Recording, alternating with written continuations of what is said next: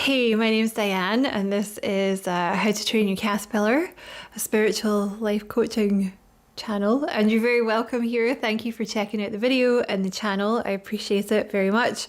And if you feel called to like and subscribe at any point during my mad ramblings, I would appreciate that a lot as well. So this is going to be a slightly quirky video. It's going to be about how, in my opinion, we are almost certainly living in some kind of simulation or a computer program, or like running through some pre-existing set of data. Bear with me, okay? So one of the reasons, the main thing that's convinced me about this, like this is not a new theory. There's like a lot of theories out there. People think we might be in a computer game. There's a lot of theories about how we might be living in a hologram. But what's really convinced me, I'm a little hoarse today. What's really convinced me is the number synchronicities that I have been seeing over the last year. So, as you know, if you've had your spiritual awakening, like one of the things that convinces you that reality is not what it seems is when you start seeing all these number synchronicities, right? When you start seeing 11:11 on the clock all the time, or you start, like every time you look at the clock, there's some kind of number synchronicity, like 12:12 or 12:21 or 3:33 or whatever, right? Like when people have their spiritual awakening, this is one of the things they notice. It's almost like reality is communicating with them. And it makes you start to question things. It's like, well, something's going on. Like if I'm seeing all these synchronistic numbers, something's going on, right? Reality is maybe not exactly what it seems. And over the last year, I have been seeing one particular number and I see it everywhere. In particular, I see it basically every time I look at the clock. There was a night I had not that long ago where they basically, I feel like they did it on purpose. They basically woke me up every hour on the hour. And I just woke up, looked at the clock, it had this number, and then I went back to sleep. And it happened like 6 or 7 times. And I wonder now that I'm saying this, if it was to encourage me to do this video. I don't know. But it got me thinking about number synchronicities, because I never really thought about them before, like how it was possible that would be happening. Realistically, in order for that to happen, it has to be one of two things that's going on. Either you're working through some kind of pre-existing set of data, like a computer program or a hologram or some other kind of simulation that you are working through pre-existing data that it's already been decided what's going to happen based on actions that you've taken during the game or during the simulation or hologram, right? Because there is a level of free will involved, so it could be that. The other option is that there's a being that is watching you all the time that, say we're talking about the night that I woke up, right?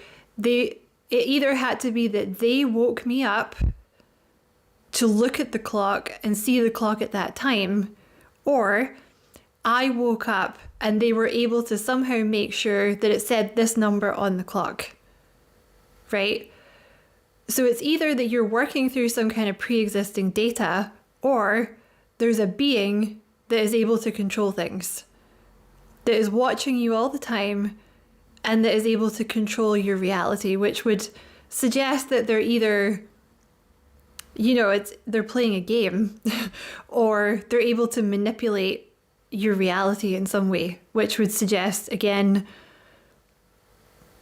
some kind of, I don't know, they're able to manipulate reality somehow, like virtual reality or something like this, right? That's the conclusion that I've come to. And I thought I would make this video because I find it comforting, like I find it comforting to know that it's not that you don't have control over your own life, because of course you do, because you know, you have like this idea that's really become very prevalent within the spiritual community of like timelines, you know, because this is something I've experienced myself. There's usually like, I find there's like 3 different timelines that they'll give you the opportunity to work through. Like you can, you know, you have your low vibrational timeline, you have your kind of middling timeline, and then you have the highest timeline, and you can choose which one you want to be a part of.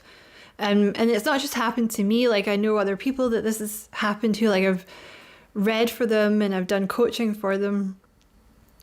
And it's actually something that happens in, I'm going to give you a spoiler here for a computer game. So if you don't want to hear this, like just tune out. It happens in Fable 2, which is like my favorite computer game of all time. Yeah, so if you don't want to know what happens at the end of Fable 2, just don't listen to this, okay? Like at the end of the game, they give you 3 timelines. Like the lowest timeline is that you get a ton of money. So you can go buy a castle. The second timeline is that you can bring back your family and your dog that have died. And the third timeline is you can bring back all the people that died during the creation of the spire, like a certain building, which would be your highest timeline. So you have low, medium, and high, right? I always choose my family and the dog because like if I have to be a good person in reality, like fuck that, I'm going to be an asshole in a computer game, right? So it's very similar in that way that you're kind of choosing timelines, but I just feel like, I don't know, I just feel like there's a level of comfort involved that you're just playing through like a set of data, you know, so like the things that are happening to you are supposed to happen, right? And there's like an end goal and you can like win the game, right? That's kind of why I'm making this video. So, but like I said, this is not a new idea. Like this is actually something they talk about in The Big Bang Theory, which I actually love that show. I know it's like a deep state show, but they actually have a lot of really interesting information in it. Like one of the things they talk about is, you know, Elon Musk has a theory that we're characters in an aliens computer game. Another thing that they talk about is the holographic principle, which is, it postulates that our reality is like a 3D version of a 2D image, like a painting or some other kind of image, you know? So we're just kind of working through a story, really. You also have, there was a guy called Michael Talbot, who I believe is dead now. I haven't actually read his book, but I've seen him being interviewed, and he talks about the holographic, what's he calls it? I can't remember the name of his book. I'll have to read it.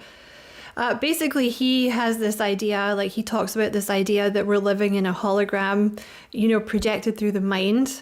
Albert Einstein's protege was also a fan of this idea that we're living in a hologram.